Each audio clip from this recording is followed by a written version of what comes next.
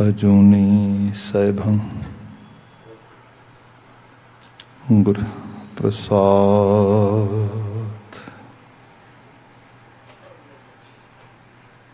हमें दृष्ट शुभ करे, हरे यग पाप सगल मल। काम क्रोध अर लोभ मोह,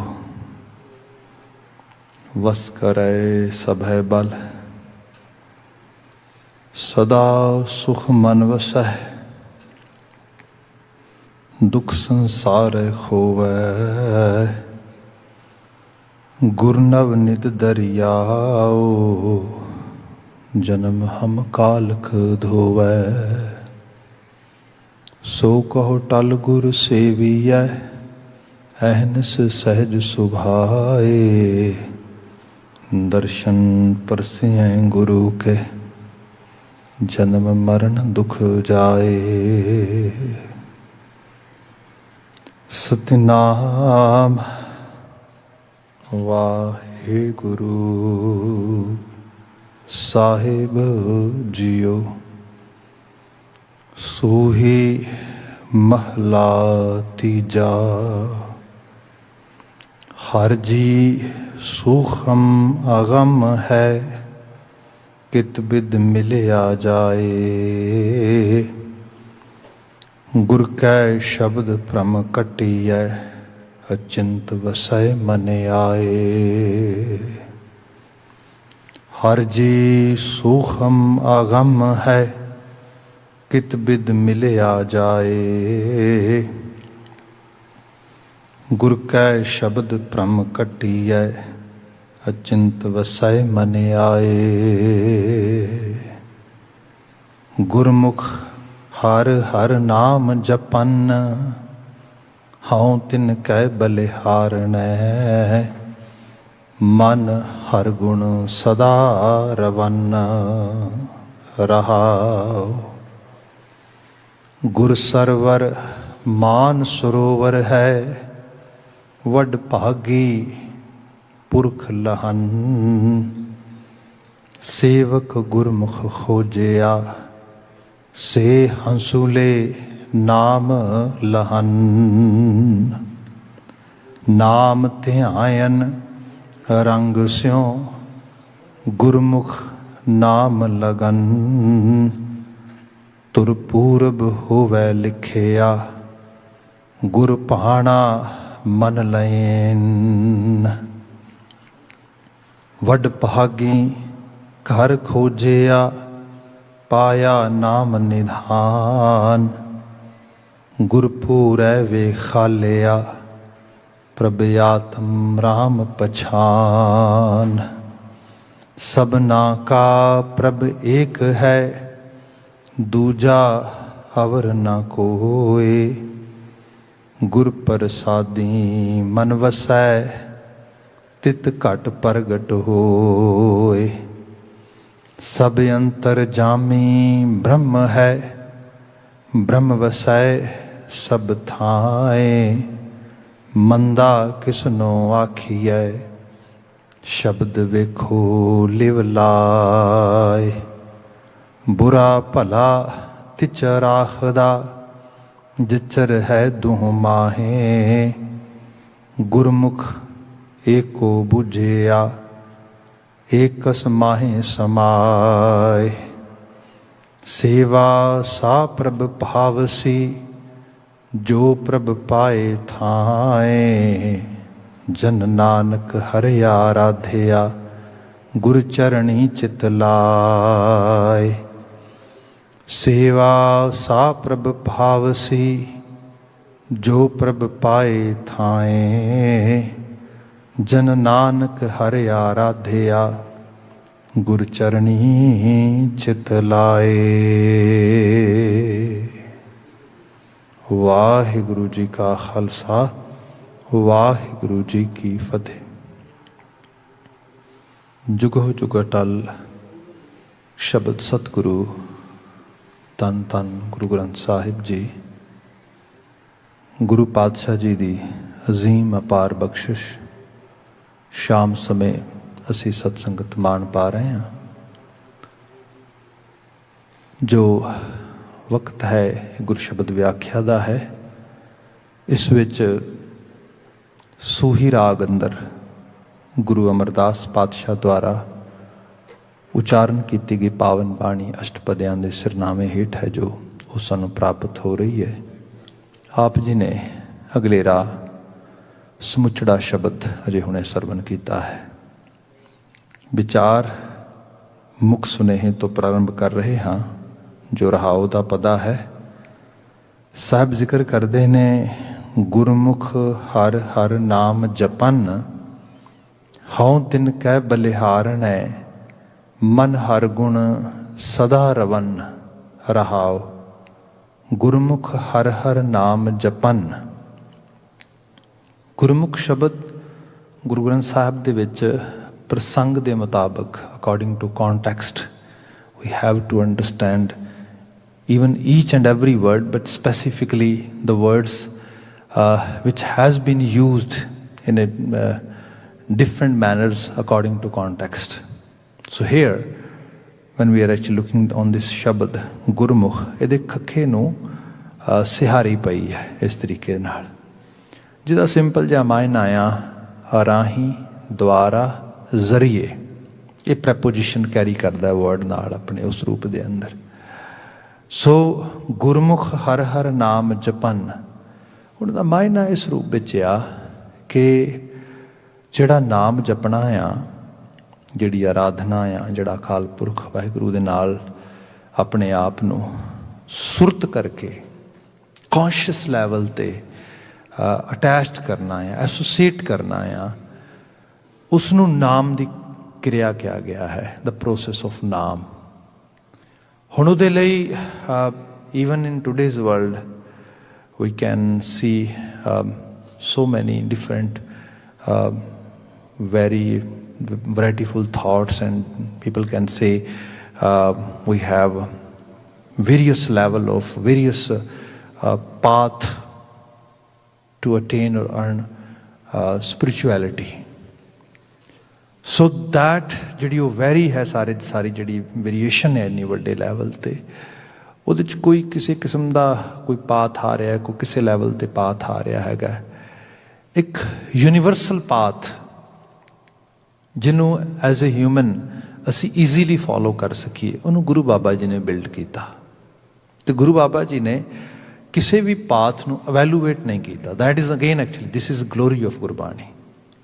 ਅਸੀਂ ਬਚਨ ਪੜ੍ਹਦੇ ਹਾਂ ਕਿ ਜਿਨੀ ਨਾਮ ਧਿਆਇਆ, ਜਿਨੀ ਮੀਨ ਜਿਹਨੂੰ ਅਸੀਂ ਕਹਿ ਸਕਦੇ ਅਨੋਨੀਮਸਲੀ ਹੂਐਵਰ, ਜੋ ਵੀ ਜਿਸ ਨੇ ਵੀ ਆਪਣੇ ਆਪ ਆਪਣੀ ਐਸੋਸੀਏਸ਼ਨ ਉਸ ਐਗਜ਼ਿਸਟੈਂਸ ਦੇ ਨਾਲ ਕੌਨਸ਼ੀਅਸ ਲੈਵਲ 'ਤੇ ਆਪਣੇ ਆਪ ਨੂੰ ਅਟੈਚ ਕਰ ਲਿਆ, ਆਪਣੀ ਐਸੋਸੀਏਸ਼ਨ ਬਿਲਡ ਕਰ ਲਈ, that individual, that human being, that ਬਸ਼ਰ ਜਿਨੀ ਨਾਮ ਤੇ ਆਇਆ ਗਏ ਮੁਸ਼ੱਕਤ ਕਾਲ, ਉਹਦੀ ਜੀਵਨ ਦੀ ਮੁਸ਼ੱਕਤ ਥਾਂ ਪੈ ਗਈ। Is purpose of life fulfilled. So ਇਸ ਤੋਂ ਵਧੀਆ ਯੂਨੀਵਰਸਲ ਮੈਸੇਜ ਹੋਰ ਕੀ ਹੋ ਸਕਦਾ ਬਾਣੀ ਦੇ ਵਿੱਚ। ਪਰ ਜੇ ਕਿਹਾ ਜਾਏ Baba ji, there are so many paths, there are so many schools, there are so many different ways to earn our spiritual well-being, our spiritual kind of real self, then Baba ji, can you help us to follow any path? Then Baba ji is saying Gurmukh. ਤੇ ਗੁਰੂ ਦਾ ਮਤਲਬ ਹੈ, ਗੁਰਮੁਖ ਦਾ ਮਤਲਬ ਹੈ ਗੁਰੂ ਆਸ਼ੇ ਮੁਤਾਬਕ, ਜਿਨ੍ਹਾਂ ਨੇ ਆਪਣਾ ਮੂੰਹ ਗੁਰੂ ਵੱਲ ਕਰ ਲਿਆ। ਹੁਣ ਗੁਰੂ ਵੱਲ ਮੂੰਹ ਕਰਨ ਦਾ ਮਾਇਨਾ ਕੀ ਹੈਗਾ? ਜਿਸ ਪਾਸੇ ਨੂੰ ਆਪਾਂ ਨੇ ਤੁਰਨਾ ਹੋਏ, ਦਾ whatever direction we really want to walk, then how can we walk on any path? You know, this is just we can easily understand. If we want to walk toward left side, then our face should be toward left side. If we want to walk toward right side, then our actually face should be that in that direction. So if we really want to follow the path of Guru, then ਸਾਡਾ ਮੂੰਹ ਜਿਹੜਾ ਆ, ਸਾਡਾ ਜਿਹੜਾ ਚਿਹਰਾ ਜਾਂ ਸਾਡੀ ਜਿਹੜੀ ਪੂਰੀ ਅਟੈਂਸ਼ਨ ਹੈ ਕਿਸ ਪਾਸੇ ਹੋਣੀ ਚਾਹੀਦੀ ਹੈ? ਉਸ ਪਾਸੇ ਨੂੰ। ਸੋ ਜਦੋਂ ਤੁਸੀਂ ਗੁਰੂ ਵੱਲ ਨੂੰ ਪੂਰੀ ਅਟੈਂਸ਼ਨ ਪੇ ਕਰੋਗੇ, when you are becoming disciple of your guru, then ਹਰ ਹਰ ਨਾਮ ਜਪਨ, ਨਾਮ ਜਪਣਾ, it happen, don't worry, it happens.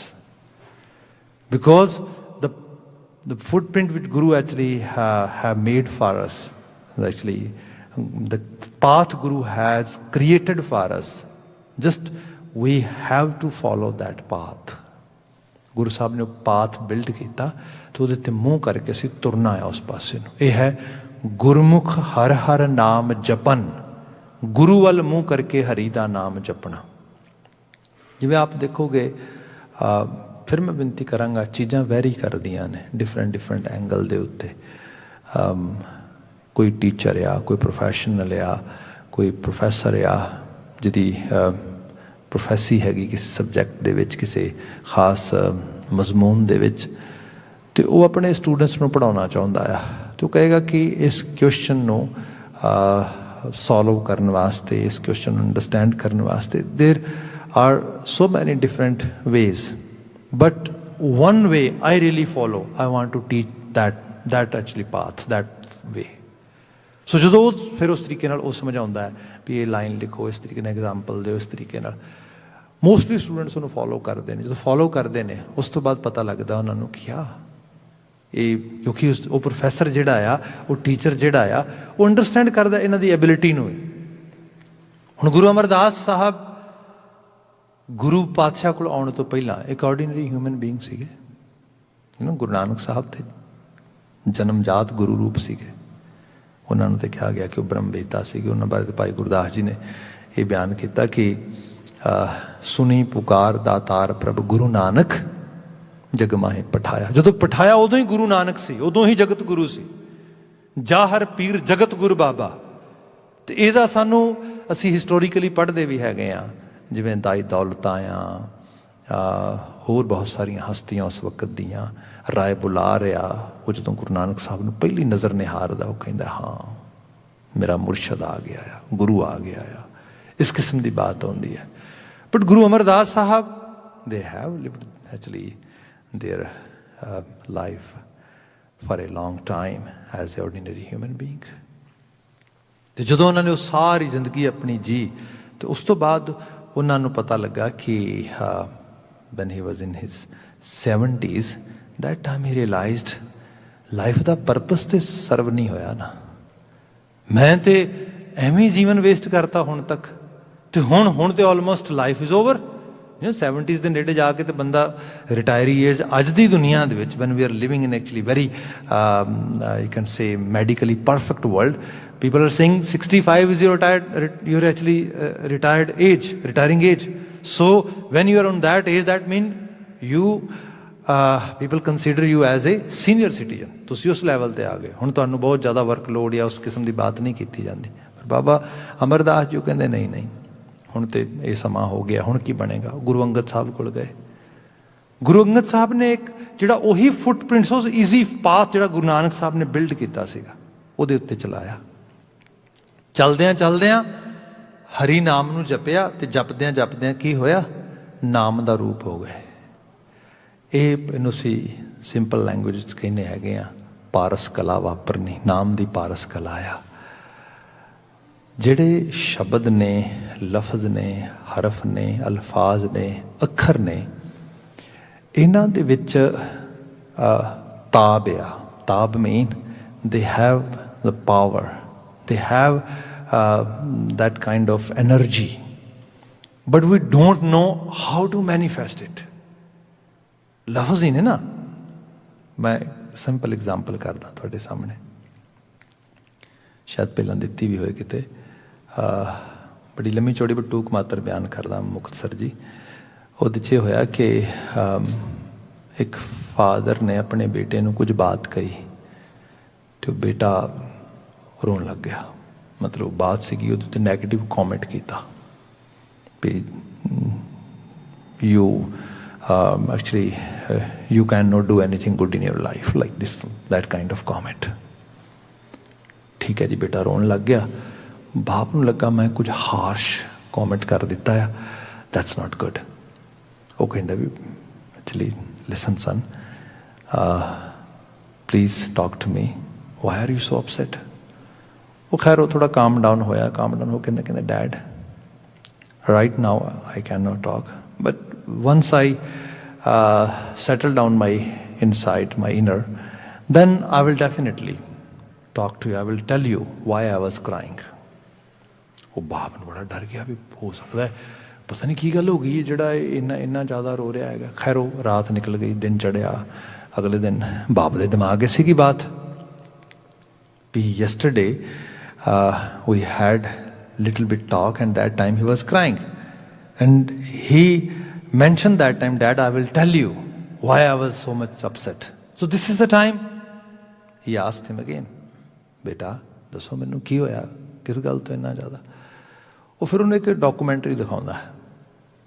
Documentary 'ਤੇ ਉਹ ਵੀ ਬੜੀ ਲੰਮੀ ਚੌੜੀ ਹੈ, ਬੜੀ ਐਜੂਕੇਟਡ ਹੈ, ਐਜੂਕੇਸ਼ਨਲ ਹੈਗੀ ਹੈ। ਅਤੇ ਉਹ ਕਹਿੰਦਾ ਕਿ ਉਸ ਡਾਕੂਮੈਂਟਰੀ ਦੇ ਵਿੱਚ ਕਿ ਇੱਕ ਬੜਾ ਵਧੀਆ ਬੇਸਬਾਲ ਦਾ ਪਲੇਅਰ ਹੁੰਦਾ ਹੈ ਅਤੇ ਉਹ ਬੇਸਬਾਲ ਦੇ ਪਲੇਅਰ ਨੂੰ ਇੱਕ ਜਿਹੜਾ ਮੀਡੀਆ ਰਿਪੋਰਟਰ ਆ ਉਹ ਇੰਟਰਵਿਊ ਕਰਦਾ ਅਤੇ ਇੰਟਰਵਿਊ ਕਰਕੇ ਪੁੱਛਦਾ ਹੈ ਕਿ when did you realize first time that you are going to be star player in baseball game? ਉਹ ਕਹਿੰਦਾ I want to share with you a funny thing. I never realized, actually my dad realized it when I was so young, and that time I just hit a ball one time with my bat, and dad that time made these comments, oh, you will be the one of the number one baseball player in coming days, in future. That those words came in my mind, and that day I totally actually agreed with my dad and saying, okay, one day I will be a good player. ਉਹ ਕਹਿੰਦਾ ਅੱਛਾ ਕਮਾਲ ਹੋ ਗਈ, ਤੇਰੇ dad ਨੇ ਗੱਲ ਕਹੀ ਤੇ ਤੂੰ ਪਲੇਅਰ ਕਹਿੰਦਾ ਬਸ ਇਸੇ ਤਰੀਕੇ ਨਾਲ। ਫਿਰ ਉਹ ਕਾਫੀ ਲੰਮੀ ਚੌੜੀ ਡਾਕੂਮੈਂਟਰੀ ਕਈ ਹੋਰ ਬੰਦਿਆਂ ਨੇ ਇੰਟਰਵਿਊ ਕਰਦਾ। ਫਿਰ ਇੱਕ ਪ੍ਰਿਜ਼ਨ ਦੇ ਵਿੱਚ ਇੱਕ ਪ੍ਰਿਜ਼ਨਰ ਨੂੰ ਇੰਟਰਵਿਊ ਕਰ ਰਿਹਾ ਅਤੇ ਪ੍ਰਿਜ਼ਨਰ ਨੂੰ ਪੁੱਛਦਾ ਆ ਕਿਉਂਕਿ ਤੂੰ ਐਂਡ ਅਪ ਹੋਇਆ ਪ੍ਰਿਜ਼ਨ ਦੇ ਵਿੱਚ, ਡੈਫੀਨੇਟਲੀ ਤੂੰ ਕੁਝ ਮਾੜਾ ਕੀਤਾ, ਗਲਤ ਕੀਤਾ ਹੋਣਾ, ਬਟ ਤੂੰ ਸੋਚਦਾ ਤੂੰ ਇੱਥੋਂ ਬਿਲੋਂਗ ਕਰਦਾ। ਅਤੇ ਉਹ ਕਹਿੰਦਾ ਵੀ ਮੈਨੂੰ ਤਾਂ ਪਤਾ ਨਹੀਂ, ਪਰ ਮੈਨੂੰ ਯਾਦ ਆ ਮੈਂ ਬੜਾ ਛੋਟਾ ਜਿਹਾ ਹੁੰਦਾ ਸੀਗਾ ਅਤੇ ਮੇਰੇ ਡੈਡੀ ਨੇ ਮੈਨੂੰ ਕਿਹਾ ਸੀਗਾ ਵੀ ਬੱਚੂ ਤੂੰ ਜੇਲ੍ਹ ਜਾਏਗਾ।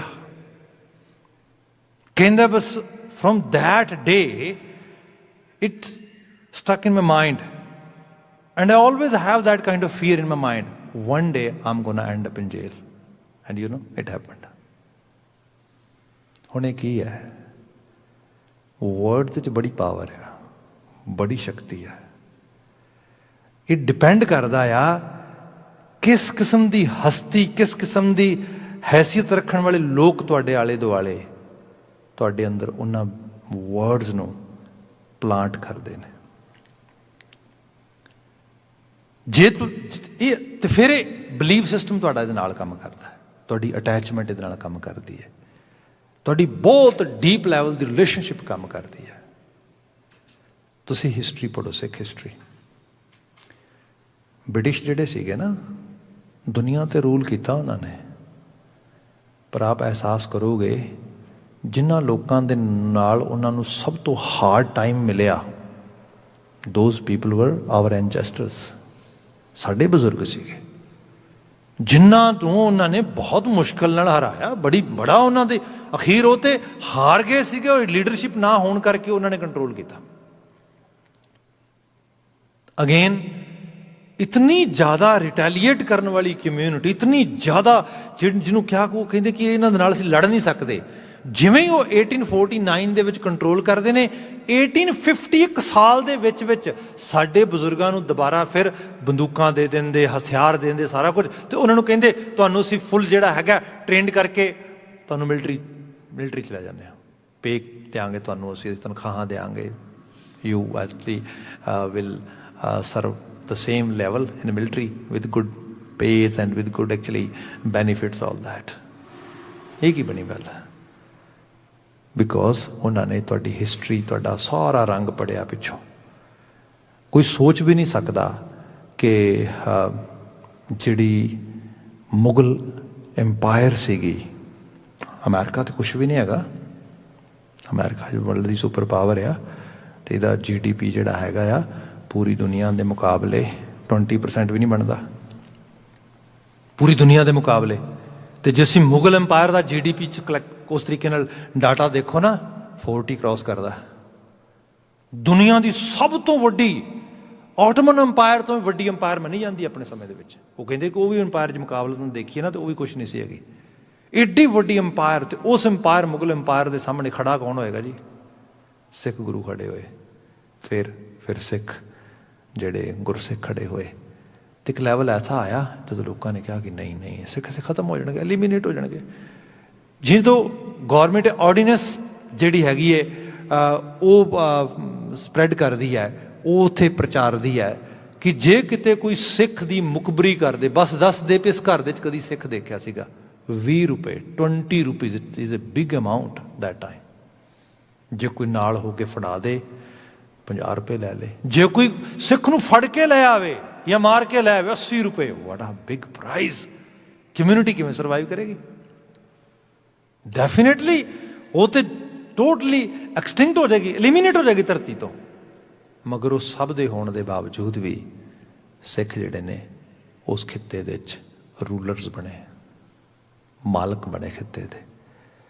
ਅਤੇ ਇੱਕ ਲੈਵਲ ਆਇਆ ਜਦੋਂ ਮੁਗਲ ਜਿਹੜੇ ਐਂਪਰਰ ਸੀਗੇ, ਰੂਲਰ ਸੀਗੇ, ਨਵਾਬ ਸੀਗੇ, ਗਵਰਨਰ ਸੀਗੇ, they realized these people will rule this land. These people cannot actually eliminate it from here.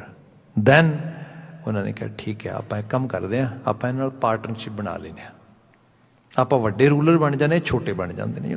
ਬਣਨਾ ਤਾਂ ਹੈ ਹੀ ਇਹਨਾਂ ਨੂੰ ruler, because they are actually have that kind of calibre.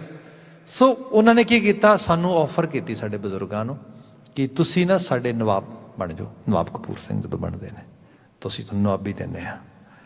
ਅਤੇ ਉਹਦੇ 'ਚ ਜਦੋਂ ਨਵਾਬੀ ਆਉਂਦੀ ਹੈ ਅਤੇ ਸਾਡੇ ਬਜ਼ੁਰਗ ਮੈਸੇਜ ਭੇਜਦੇ ਵਾਪਸ ਗਵਰਨਰ ਨੂੰ, ਕਹਿੰਦੇ ਨੋ ਸਾਨੂੰ ਤੇਰੀ ਨਵਾਬੀ ਨਹੀਂ ਚਾਹੀਦੀ, ਲੈ ਜਾ। ਉਹ ਕਹਿੰਦਾ ਉਹ ਕਿਉਂ? ਕਹਿੰਦਾ ਹਮ ਤੋਂ ਰੱਖ ਹੈ ਪਾਤਸ਼ਾਹੀ ਦਾਵਾ, ਅਸੀਂ ਤੇ ਪਾਤਸ਼ਾਹ ਬਣਨਾ ਹੈ, ਸਾਡੇ ਗੁਰੂ ਨੇ ਕਿਹਾ ਆ ਸਾਨੂੰ, ਅਸੀਂ ਉਸ ਤੋਂ ਘੱਟ ਨਹੀਂ ਹੋ ਸਕਦੇ। ਉਹ ਹੈਰਾਨ ਵੀ ਬੜੇ ਹੋਏ ਵੀ ਕਮਾਲ ਹੈ, ਐਵੇਂ ਕਿਵੇਂ ਹੋ ਸਕਦਾ? ਬਲਕਿ ਹੁਣ ਅਸੀਂ ਇਹਨਾਂ ਨੂੰ ਹੋਰ ਜ਼ਿਆਦਾ ਮਾਰਾਂਗੇ, ਤੰਗ ਕਰਾਂਗੇ, ਕਿਉਂਕਿ ਇਹਨਾਂ ਨੇ ਸਾਡੀ ਗੱਲ ਨਹੀਂ ਮੰਨੀ। ਤੇ ਸੋਚਦੇ ਸੱਚਾਈ ਇਹ ਹੈ, ਉਹਨਾਂ ਨੂੰ ਇਤਨੇ ਡੀਪ ਲੈਵਲ 'ਤੇ ਬਿਲੀਵ ਸੀਗਾ, ਬਿਕੋਜ਼ ਸਾਡੇ ਗੁਰੂ ਨੇ ਕਿਹਾ ਆ ਤੁਸੀਂ ਇਸ ਧਰਤੀ ਦੇ ਪਾਤਸ਼ਾਹ ਹੋ, ਯੂ ਵਿਲ ਬੀ ਪਾਤਸ਼ਾਹ। ਐਂਡ ਦੇ ਬਿਕੇਮ। ਇਹ ਹੈ ਗੁਰੂ ਦਾ ਪਾਥ, ਇਹ ਹੈ। If you have that kind of believe, that kind of actually strong association toward your guru's schools, guru's ideas, guru's actually teachings, then definitely ਰੱਬ ਤੇਰੇ ਤੋਂ ਦੂਰ ਨਹੀਂ ਬੰਦੇ। ਤੂੰ ਰੱਬ ਦੇ ਨਾਲ, ਅਕਾਲ ਪੁਰਖ ਵਾਹਿਗੁਰੂ ਨਾਲ ਆਤਮਸਾਤ ਹੋ ਸਕਦਾ ਆ। ਗੁਰੂ ਇਹੀ ਦੱਸ ਰਿਹਾ, ਗੁਰੂ ਕਹਿ ਰਿਹਾ ਉਹ ਜਿਹੜੀ ਜੋਤ ਆ ਤੇਰੇ ਅੰਦਰ ਆ, ਅਤੇ ਤੂੰ ਉਹਨੂੰ ਇੰਜੋਏ ਕਰੇਗਾ, ਮਾਣੇਗਾ।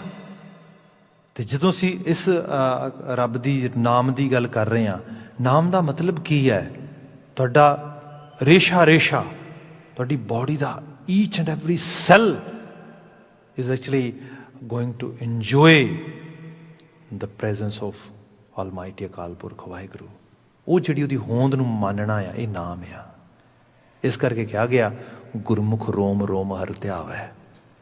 ਉਸ ਲੈਵਲ 'ਤੇ ਆਪਣੇ ਆਪ ਨੂੰ ਲੈ, ਉਸ ਲੈਵਲ 'ਤੇ ਇੰਜੋਏ ਕਰ ਸਕਦਾ ਆ। ਗੁਰੂ ਅਮਰਦਾਸ ਸਾਹਿਬ ਕਹਿੰਦੇ ਗੁਰਮੁਖ ਹਰ ਹਰ ਨਾਮ ਜਪਨ। ਜੋ ਤੁਸੀਂ ਇਸ ਨਾਮ ਨੂੰ ਜਪਣਾ ਆ, ਗੁਰੂ ਵੱਲ ਮੂੰਹ ਕਰਕੇ ਤੁਰੋ, ਤੁਸੀਂ ਉਸ ਨੂੰ ਜਪ ਸਕੋਗੇ, ਤੁਸੀਂ ਇਹਨੂੰ ਅਰਾਧ ਸਕੋਗੇ। ਹੁਣ ਤਾਂ ਮੈਂ ਪਤਾ ਨਹੀਂ ਕਿਤਨੇ ਕੁ ਵਾਰ ਇਹ ਸੁਣਦਾ ਹੈ, ਆਲਮੋਸਟ ਐਵਰੀ ਵੀਕ। ਲੋਕ ਲਿਟਰਲੀ ਤੌਰ 'ਤੇ ਕਹਿੰਦੇ ਨੇ ਬਾਬਾ ਜੀ, ਭਾਈ ਸਾਹਿਬ ਜੀ, it's hard, even I can not do paath, it's hard for me. Sometime people say ਵੀਰ ਜੀ, we really want to come Gurdwara Sahib, but somehow I don't know, I even don't want to go, I even don't want to come, I even don't want to sit। ਅਜੇ ਇੰਨਾ ਹੀ hard ਲੱਗ ਰਿਹਾ।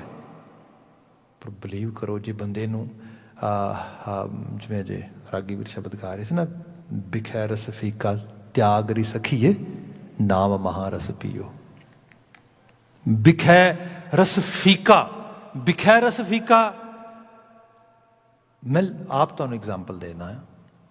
सानूं कुछ गुरमुख सज्जन पढ़ाया करते सीगे, Gurbani, Gurmat philosophy, Gurmat ideology उन्होंने समझाया करनी।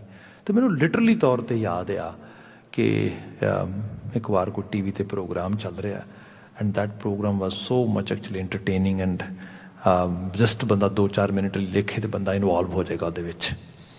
तो वो बाय चांस वो आए तो शो चल रहा तो असी स्टूडेंट है 4 असी बैठे हाँ। उन्होंने देखा सानू, वो कहते ओ बेटा तुसी वॉच करना है। असी ना हाँ क्या ना क्या, क्योंकि उन्होंने रिस्पैक्ट बड़ी सी साडे वास्ते। वो रियलाइज़ करके वो कहते ओ बेटा ओके तुसी ना देख लो। तो जो फिनिश हो गया तो मैं बाहर बैठा बरामदे दे विच, मैनू आवाज़ लगा दिओ, then we will start our class. सानू बड़ा बैड फील होया। असी क्या प्रोफैसर साहब एक कम करो, तुसी बैठ जाओ। कहते मैं बैठ तो जाऊँगा, आई डोंट माइंड। मतलब those people were not judgmental, not actually that kind of you can say dictator who are dictating us. No. मैं गुरमत स्कूल जाके मैनू उन्होंने दे कोल रह के पता लगा इंसानी जीवन की हुंदा है। डिसिपलिन कोई ये नहीं होंदा किसी नूं तुसीं फोर्सफुली दोगे। डिसिपलिन तो बंदे का एक सैल्फ रैगूलेशन विचों निकलदा है।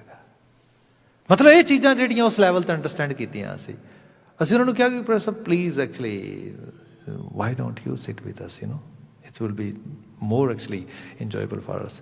वो कहते नहीं ऐसी कोई गल नहीं हैगी, मैं बैठ जाऊँगा पर मैं इत्थे ना बोर होवांगा because this is not my taste. कमाल आ, सानू लगे भी आ चीज़ नहीं टेस्ट हैगी, किड्डी वधिया कॉमेडी चल रही है, बंदा हा हू कर रहा, मौज बनी पई है।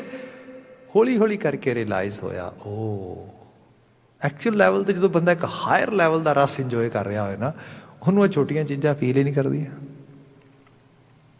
मेरा एक यंग बच्चा बड़ा प्यारा, we are all sick but at the same time he is kind of my student. He came to see me here from all the way from Europe and वो इत्थे उस दिन मेरे नाल उन्हें सारा दिन स्पेंड करने की गल की कि मैं तुहाडे नाल घुम्मण नहीं जाना किते। मैं कहा ठीक है। बाय चांस वो जदों असीं जाना सीगा उस तो पहलां होया है कि मैनू कुछ छोटा जिहा आर्टिकल लिख के देना सीगा ते मैनू किसी दी कॉल आ गई कि प्लीज़ भाई साहब we need that article today, please finish it and give अस।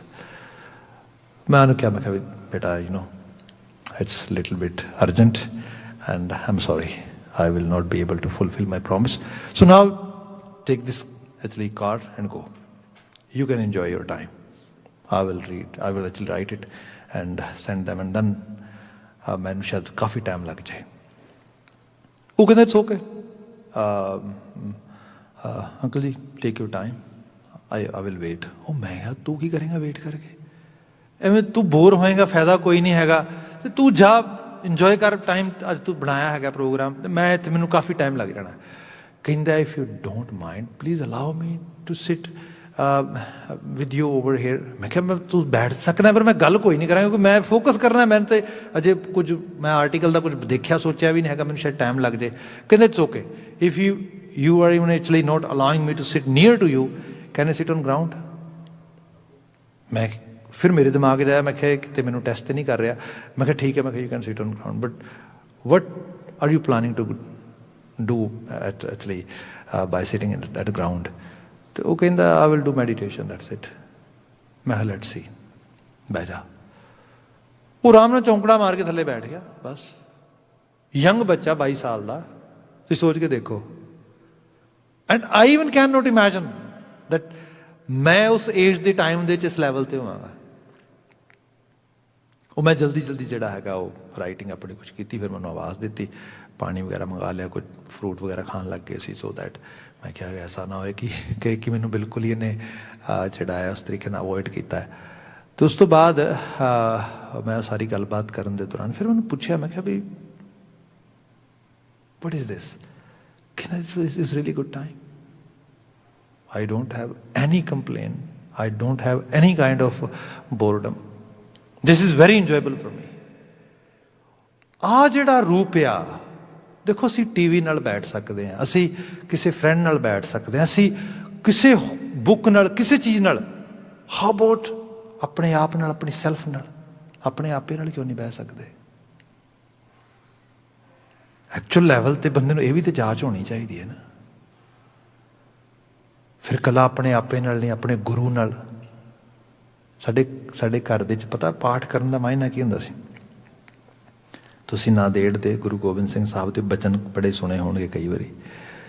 ਜਦੋਂ ਗੁਰੂ ਸਾਹਿਬ ਨੇ ਕਿਹਾ ਨਾ, ਅੱਜ ਤੋਂ ਬਾਅਦ ਸ਼ਖਸੀ ਗੁਰੂ ਵਾਲਾ ਜਿਹੜਾ ਹੈਗਾ ਉਹ ਸਾਰਾ ਪ੍ਰੋਸੈਸ ਅਸੀਂ ਅੱਜ ਵਾਈਂਡ ਅਪ ਕਰ ਦੇਣਾ, ਅਸੀਂ ਉਹਨੂੰ ਵਿਰਾਮ ਲਾ ਦੇਣਾ, ਸਟਾਪ ਕਰ ਦੇਣਾ। ਅੱਜ ਤੋਂ ਬਾਅਦ ਗ੍ਰੰਥ ਤੇ ਪੰਥ, ਪਿੱਛੇ ਬਚਨ ਨਾ, ਸਭ ਸਿੱਖਣ ਕੋ ਹੁਕਮ ਹੈ ਗੁਰੂ ਮਾਨਿਓ ਗ੍ਰੰਥ, ਇਹ ਉੱਥੇ ਹੁਕਮ ਹੋਇਆ ਨਾ। ਗ੍ਰੰਥ ਤੇ ਪੰਥ ਦੀ ਤਾਬੇਦਾਰੀ ਹੋਏਗੀ। ਕੁਝ ਸਿੱਖਾਂ ਨੇ ਗੁਰੂ ਸਾਹਿਬ ਨਾਲ ਬਚਨ ਪਾਏ ਤੇ ਬਚਨ ਪਾ ਕੇ ਕਿਹਾ, ਪਾਤਸ਼ਾਹ ਗੱਲ ਠੀਕ ਹੈ ਤੁਹਾਡੀ, ਤੁਹਾਡਾ ਹੁਕਮ ਸਿਰ ਮੱਥੇ ਹੈ। ਪਰ ਗੁਰੂ ਸਾਹਿਬ,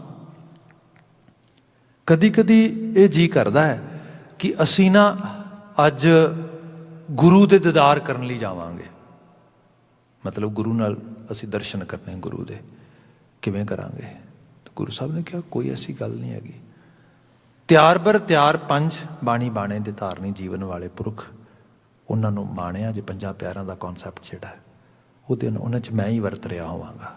ਠੀਕ ਹੈ ਪਾਤਸ਼ਾਹ, ਬੜੀ ਲੰਮੀ ਚੌੜੀ ਗੱਲ ਹੈ ਵੈਸੇ। ਫਿਰ ਉਹਨਾਂ ਕਿਹਾ ਜੇ ਮਹਾਰਾਜ ਐਸਾ ਸਮਾਂ ਨਾ ਆਵੇ, ਜੇ ਪੰਜ ਵੀ ਨਾ ਮਿਲਣ, ਗੁਰੂ ਸਾਹਿਬ ਨੇ ਇੱਕ ਕਿਹਾ ਜੇ ਮਹਾਰਾਜ ਐਸਾ ਸਮਾਂ ਬਿਲਕੁਲ ਕਾਲ ਹੀ ਨਾ ਪੈ ਜੇ, ਕਿਤੇ ਹੋ ਸਕਦਾ ਉਹ ਇੱਕ ਵੀ ਨਾ ਮਿਲੇ। ਗੁਰੂ ਸਾਹਿਬ ਨੇ ਕੋਈ ਗੱਲ ਨਹੀਂ, ਆਪ ਬਣ ਜੀ, ਆਪਣੇ ਵਿੱਚੋਂ ਵੇਖੀ ਸ਼ੀਸ਼ੇ 'ਚੋਂ ਮੈਂ ਦਿਸਾਂਗਾ ਤੈਨੂੰ।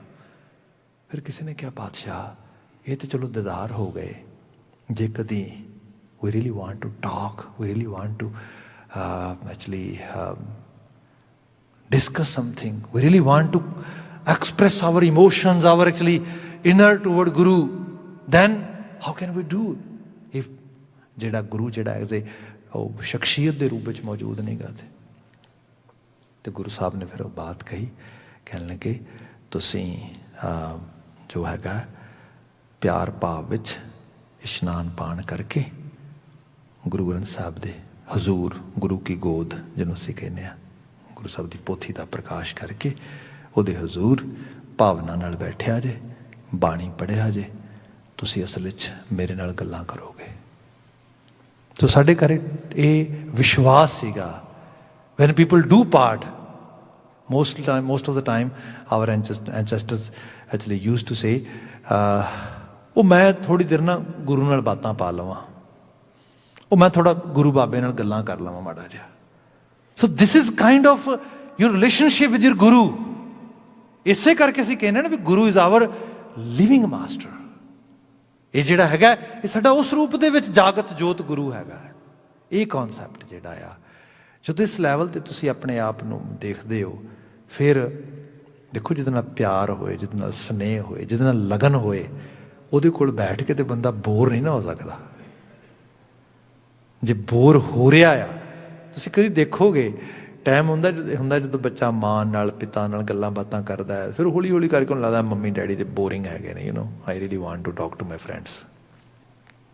ਫਿਰ ਹੌਲੀ ਹੌਲੀ ਮੈਚੋਰਿਟੀ ਆਉਂਦੀ ਹੈ, ਫਿਰ ਬ੍ਰੇਨ ਇੱਕ ਨੈਕਸਟ ਲੈਵਲ 'ਤੇ ਡਿਵੈਲਪ ਹੁੰਦਾ ਆ, ਕੋਗਨੀਸ਼ਨ ਫੰਕਸ਼ਨਿੰਗ ਪ੍ਰੋਪਰ ਹੁੰਦੀ ਹੈ। ਫਿਰ ਉਹਨੂੰ ਇੱਕ ਲੈਵਲ 'ਤੇ ਜਾ ਕੇ ਪਤਾ ਲੱਗਦਾ, ਉਹ ਜਿਹੜੀ ਡਿਸਕਸ਼ਨ ਮੰਮੀ ਡੈਡੀ ਨਾਲ ਹੋ ਸਕਦੀ ਉਹ ਦੂਜਿਆਂ ਨਾਲ ਹੋ ਹੀ ਨਹੀਂ ਸਕਦੀ, ਬਿਕੋਜ਼ ਉਹ ਤਾਂ ਮੈਨੂੰ ਇਨਸਾਈਡ ਆਊਟ ਜਾਣਦੇ ਨੇ ਸਾਰੇ ਉਸ ਰੂਪ ਦੇ ਵਿੱਚ। ਫਿਰ ਜਦੋਂ ਬੰਦਾ ਉਸ ਲੈਵਲ 'ਤੇ ਗੱਲਬਾਤ ਕਰਦਾ ਹੈ, ਜੋ ਇੰਜੋਏ ਕਰਦਾ ਆ। ਅੱਜ ਅਸੀਂ ਜਿਹੜੀ ਗੱਲਾਂ ਦੇਖ ਰਹੇ ਹਾਂ ਨਾ, ਮੈਂ ਲੰਬੇ ਸਮੇਂ ਤੋਂ ਕਾਉਂਸਲਿੰਗ ਵਿੱਚ ਹੈਗਾ ਆ, ਅਤੇ ਕਾਉਂਸਲਿੰਗ ਸਾਡੀ ਮੋਸਟਲੀ ਟਾਕ ਥੈਰੇਪੀ ਹੁੰਦੀ ਹੈ। ਕੁਝ ਪਾਰਟ CBT ਦਾ ਲੈ ਲਓ, ਕੁਝ ਸਿਸਟੈਮਿਕ ਥਿਓਰੀ ਦਾ ਲੈ ਲਓ, we have different theories, but main actually our part is talk therapy, ਗੱਲਾਂ ਕਰਨੀਆਂ। ਅਤੇ ਮੈਂ ਰਿਅਲਾਈਜ਼ ਇਹ ਕਰ ਰਿਹਾ, ਸਾਡੇ ਕੋਲ ਨਾ ਗੱਲਾਂ ਸੁਣਨ ਵਾਲੇ, ਨਾ ਗੱਲਾਂ ਦੱਸਣ ਵਾਲੇ, ਉਹ ਲੋਕ ਖਤਮ ਹੋਈ ਜਾਂਦੇ ਨੇ ਆਲੇ ਦੁਆਲੇ। There is a very good story, the grief, Anton Chekhov, Russian writer ਹੈ, ਉਹਦੀ ਲਿਖੀ ਹੋਈ, ਸ਼ਾਇਦ ਤੁਸੀਂ ਬੜਾ ਕਲਾਸੀਕਲ ਐਕਚੁਅਲੀ ਡਾਕੂਮੈਂਟ ਆ। ਉਹ ਦੱਸਦਾ ਆ ਜਦੋਂ ਅਜੇ ਲੋਕ ਮਾਡਰਨਿਜ਼ਮ ਵਾਲੇ ਪਾਸੇ ਵੱਧ ਰਹੇ ਸੀਗੇ, modern actually people were claiming that we are becoming modern. ਤੇ ਮਾਡਰਨਿਜ਼ਮ ਦੇ ਵਿੱਚ ਸਭ ਤੋਂ ਵੱਡੀ ਅਲਾਮਤ ਕੀ ਆ ਰਹੀ ਸੀ? ਇਕੱਲ, ਆਈਸੋਲੇਸ਼ਨ। ਤੇ ਉਹਦੇ ਅੰਦਰ ਉਹ ਬੜਾ ਦੁਖੀ ਹੁੰਦਾ ਆ, ਤੇ ਦੁਖੀ ਹੋਇਆ ਉਹ ਕਿਸੇ ਨੂੰ ਆਪਣੀ ਗੱਲ ਦੱਸਣੀ ਚਾਹੁੰਦਾ ਹੈ, ਕੋਈ ਉਹਦੀ ਗੱਲ ਹੀ ਨਹੀਂ ਸੁਣਦਾ। ਉਹਦਾ ਅੰਦਰਲਾ ਭਾਂਡਾ ਹੀ ਭਰਿਆ ਜਾਂਦਾ ਹੈਗਾ। ਫਿਰ ਅਖੀਰ ਦੇ ਵਿੱਚ ਉਹ ਦੱਸਦਾ ਆ, ਉਹ ਟਾਂਗਾ ਚਲਾਉਂਦਾ ਹੈ ਤਾਂ ਆਪਣੇ ਘੋੜੇ ਨੂੰ ਖੜਾ ਹੋ ਕੇ ਦੱਸਦਾ ਆ।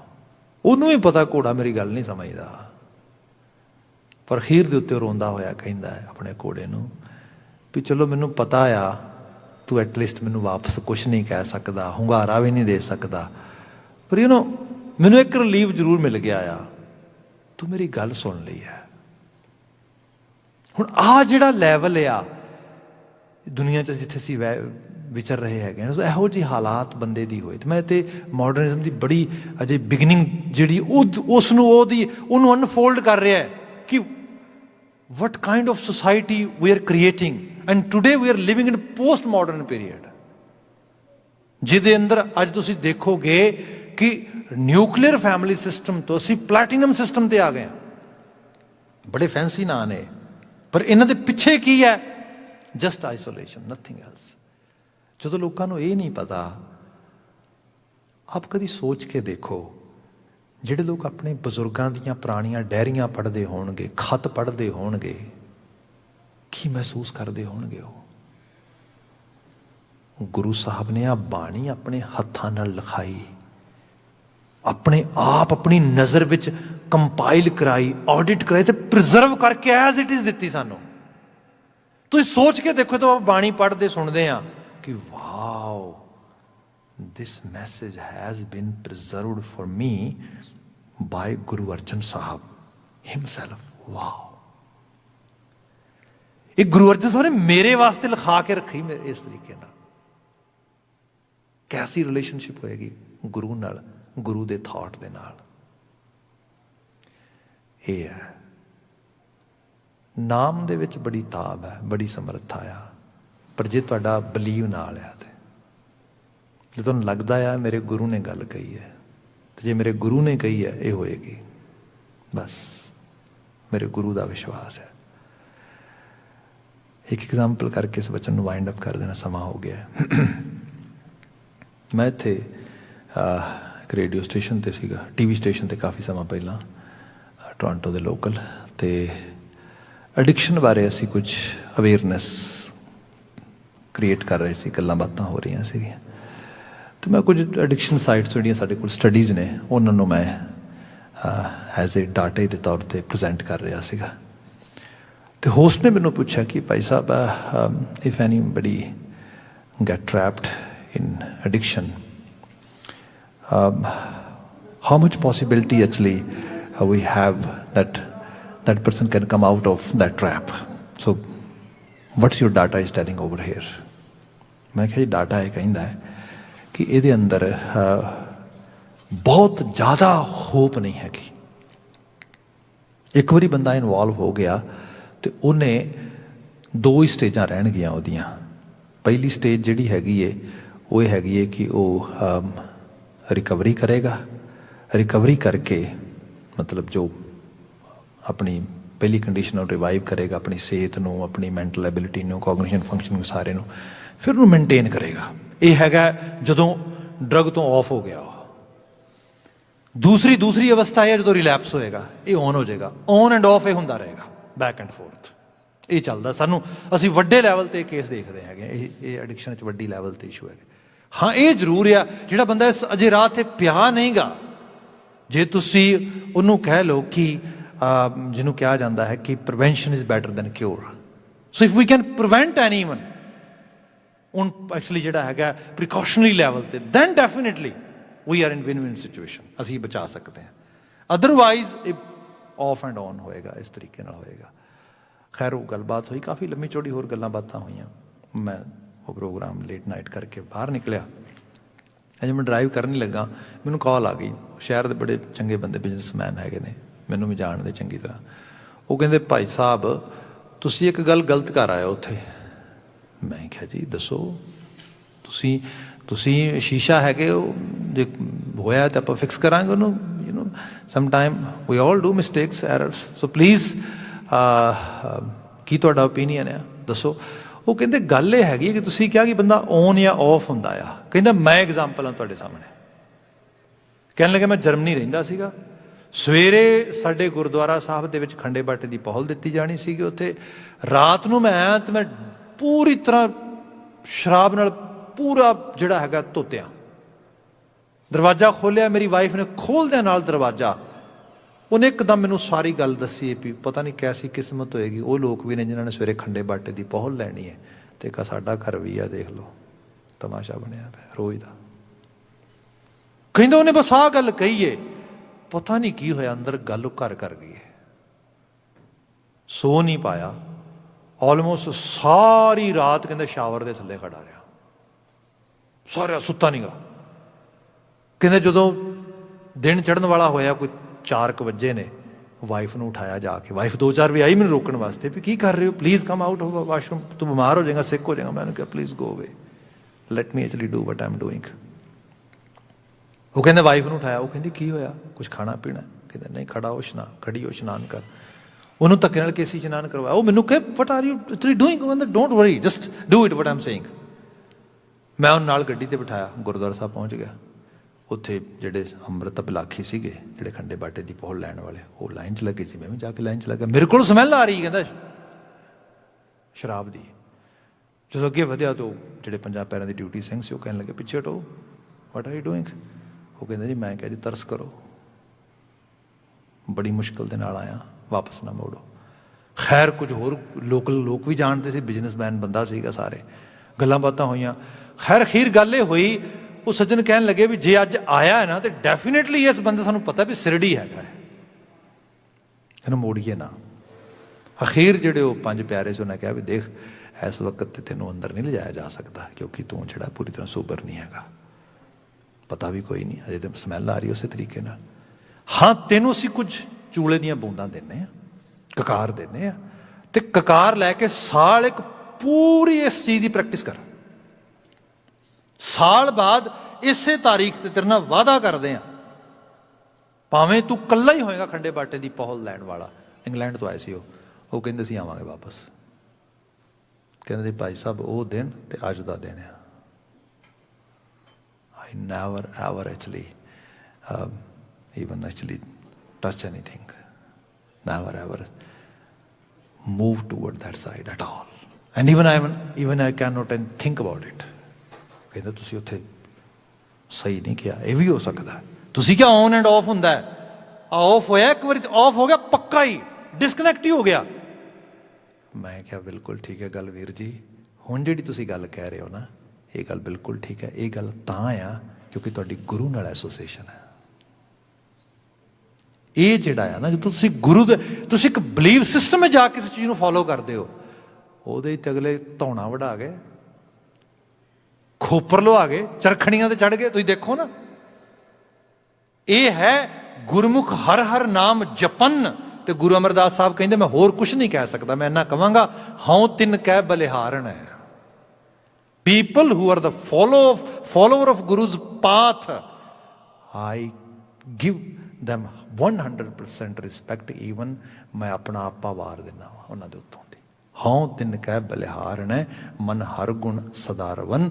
ਜਿਹੜੇ ਹਰੀ ਦੇ ਗੁਣ ਨੂੰ ਮਨ ਵਿੱਚ ਰਵਨ ਕਰ ਲੈਂਦੇ ਨੇ, ਭਾਵ ਜਿਹੜੇ ਅੰਦਰੋਂ ਬਾਹਰੋਂ ਇੱਕ ਹੋ ਕੇ ਗੁਰਮਤਿ ਸਕੂਲ ਦੇ, ਗੁਰਮਤਿ ਗਾੜੀ ਰਾਹ ਦੇ ਡਿਸਾਈਪਲ ਬਣਦੇ ਨੇ, ਫੋਲੋਵਰ ਬਣਦੇ ਨੇ, ਉਸ ਰੂਪ ਦੇ ਵਿੱਚ ਰਹਿੰਦਾ ਪੂਰਾ ਸ਼ਬਦ ਇਹਦੀ ਫਰਦਰ ਐਕਸਪਲੇਨੇਸ਼ਨ ਦੇ ਵਿੱਚ ਅੱਜ ਦੀ ਵਿਚਾਰ ਹੁੰਦੇ ਕੱਲ ਕਰਾਂਗੇ। ਅੱਜ ਵਾਸਤੇ ਸਮਾਂ ਸਮਾਪਤ ਹੈ। ਭੁੱਲਾਂ ਨਾ ਚਤਾਰਨੀਆਂ, ਸਭ ਪ੍ਰੇਮ ਕਹਿਣਾ ਜੀ। ਵਾਹਿਗੁਰੂ ਜੀ ਕਾ ਖਾਲਸਾ, ਵਾਹਿਗੁਰੂ ਜੀ ਕੀ ਫਤਿਹ।